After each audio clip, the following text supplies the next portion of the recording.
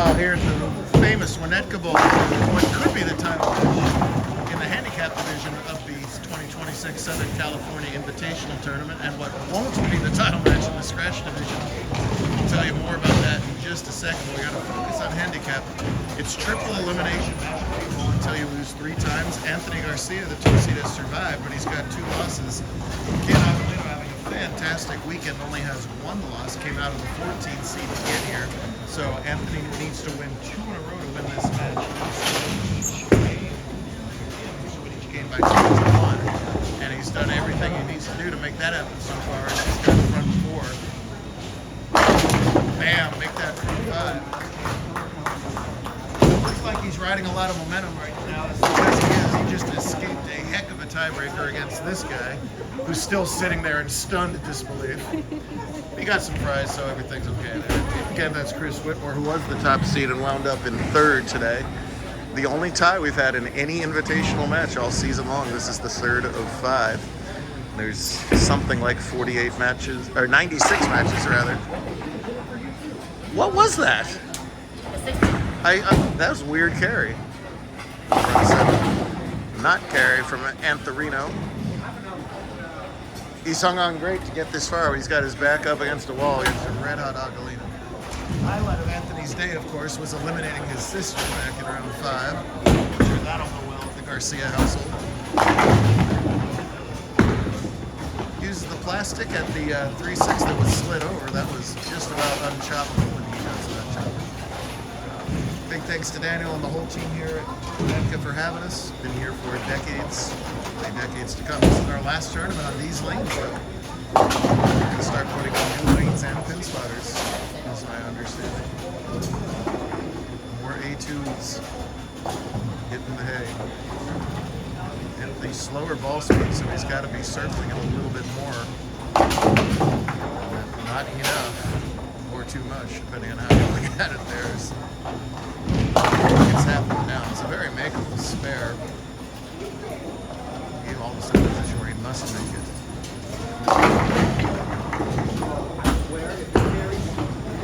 It's got a slide. It's not going to do that. So 5-3 puts him really behind the proverbial 8 ball. The reason this is not the title match is neither of these bowlers can lose for their 3rd time right here. Caven's got 1 loss. Jason's undefeated. This is round 9 of the tournament. Fight each other because there's 3 bowlers left. That other bowler is 16 Caden Sham. It was his turn for the bye. So no matter what happens as a result of this match, Jason is going to get a bye. So it'll be Caden versus Chasen in the next round in scratch, just a matter of how many losses each bowler has. String ends at 5 for Caden. Jason gets 3 in a row over there. If Jason can win this match, he will end up in a situation where it's 0 versus 2 losses, whomever he ends up playing. So, the prohibitive favorite to win, but hey, Spurs had a 29-point lead a few days ago, so anything can happen. Chris, don't keep that. You're welcome. Yeah, it's perfect.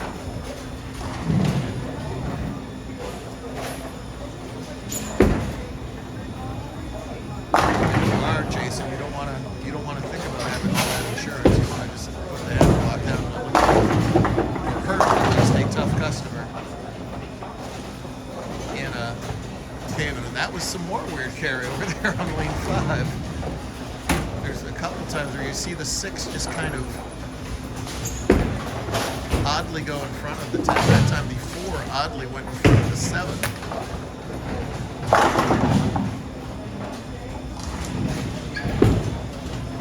Stops on our last event on this surface. 158 through 6 is good for a 6-point lead. He's only got to win by 20, so he just needs to full frames and hope Anthony doesn't go ape here in the last couple of minutes. Massey, of course, the defending JBT runner-up. At the end of his career, Caden is 31 years old, so it's time to fully move on up to the adult ranks and hold all the adult stuff. Well, you can sort of double dip when you're between 18 and 21 years old. Would love to wrap up his career going in Invite TPC. He just won Best in the West out in Tucson last month. Brass cactus as opposed to the glass cactus that will give at Desert Open at the start of season 3. It's just a couple months away.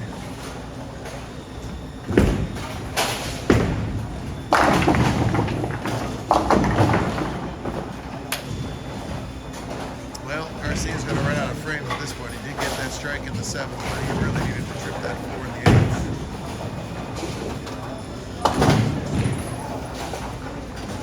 Ian is going to run roughshod through this field with only one loss to win the invitation. He started the year red hot at Forest and Westminster, then didn't do a whole lot in the middle part of the season. But boy, has he come on strong. They find his performance yesterday.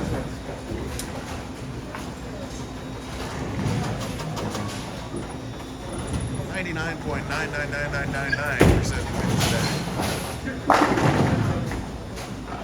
I asked him before the breaks today if he was thinking about scratching. The answer was absolutely yes. There's no set number where you have to bowl scratch or an handicap with us. It's always your choice. But the higher average bowlers like to get out of handicap as soon as possible. There's too many pitfalls you can run into.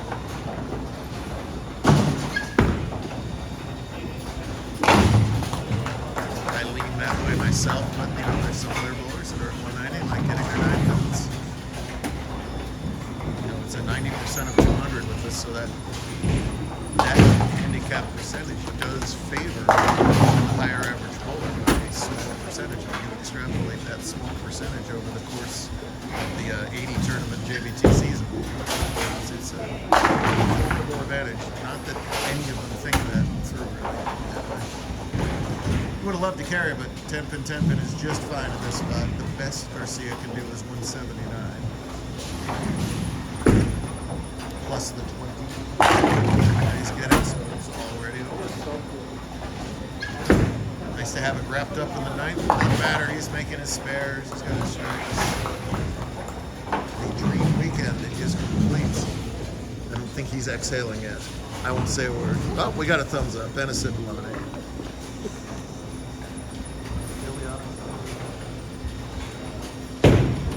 What can we do for you? That's a nice flag. I know. Sponsored by JBT. Oh, look. Jim was upset he didn't get a 5th place plaque, so look, he got one after all. You should make an honorary 5th place. Well, grab a sticker from behind the flyers, and he put the sticker, you know. Oh, you're right. Personalized plastic. Obvious solution to this right here. Speedy Eve around his way to a 4th place finish today, digging out some tough matches. Jasmine with the clutch 8th place girls scratch finish today. Justin Bloomer wrapped up a excellent handicap campaign in SoCal with a 7th or 8th-ish today, somewhere in that range. Old man Hong, he's out of here too. Went minus 300 on his weekend. See you later. Old man, it's tough when these kids are too tough. They're stronger and they're harder. There you go. True story. I gave up on looking. Spare in the 9th for Garcia. I noticed that Ileana is nowhere to be seen. Where is she? Where is she? Oh, there she is. Are you ever going to talk to your brother again? A week at least? No, never? Just somewhere between a week and never. Okay, that's fair enough. Very good. This guy finished 4th. That's right. Looking at you. And he's the only bowler to get me a gift this week. Well, 2 bowlers. The Chins brought all the donuts and stuff, but he got me a sock puppet named what? What did I name him? Do you know what I named him? Did he pass this?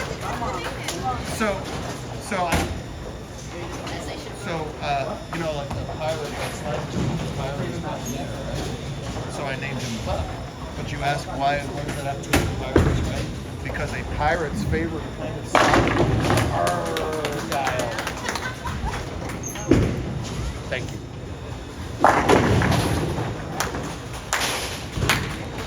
Development over here, by the way, we're having fun. Kaven went back 5 to finish at 215. As you can see, that's the best that Jason can do. So Jason needs 2 more to tie over there.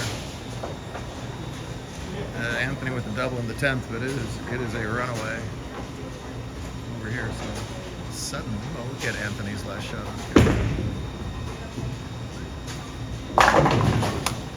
Second out of a whole bunch of invite. No shame in that. Jason needs it. Jason carries it. Wow. Dices that rack. If they do tie, it's a one-shot roll-up over there. And again, even though no one's eliminated, each of them needs this game very badly. But right here, here's a runaway champion. That was a freight train hitting Canoga Park this weekend.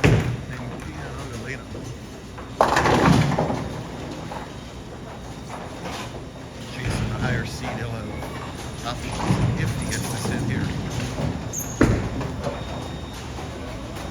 You betcha! Come on. See why these guys are 1-2? Excellent job, guys. Jason, you're the higher seed. You have the options to work the shot roll up. You choose the lane and order. If you tie after the first round, the order stays the same, but the lane flip-flops. You want me to start on the right hand? Is it like a 9-10 or is it just shot for shot? Shot for shot. Folks, scratch division ties are broken by one-shot roll-offs. Jason's the higher seed. He elected to have Caven go first on the right.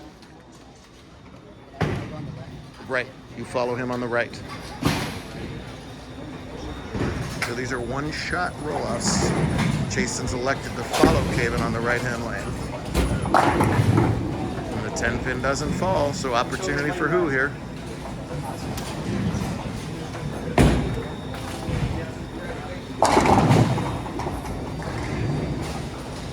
No shame in that, man. This is something out of a billion people. Nothing you can do about him today. He's a freight train. Does he go on the center? That lane, that's correct.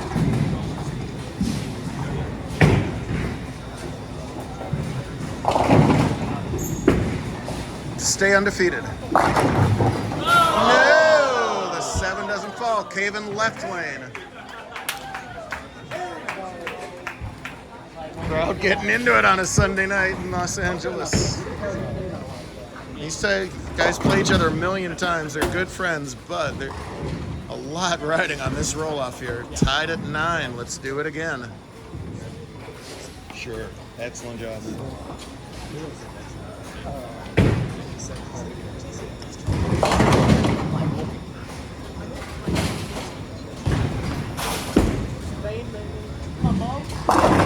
Oh! They each get tapped in the first round. This time, Caven trips a 4 at a good time, forcing who to get them all to make a third round.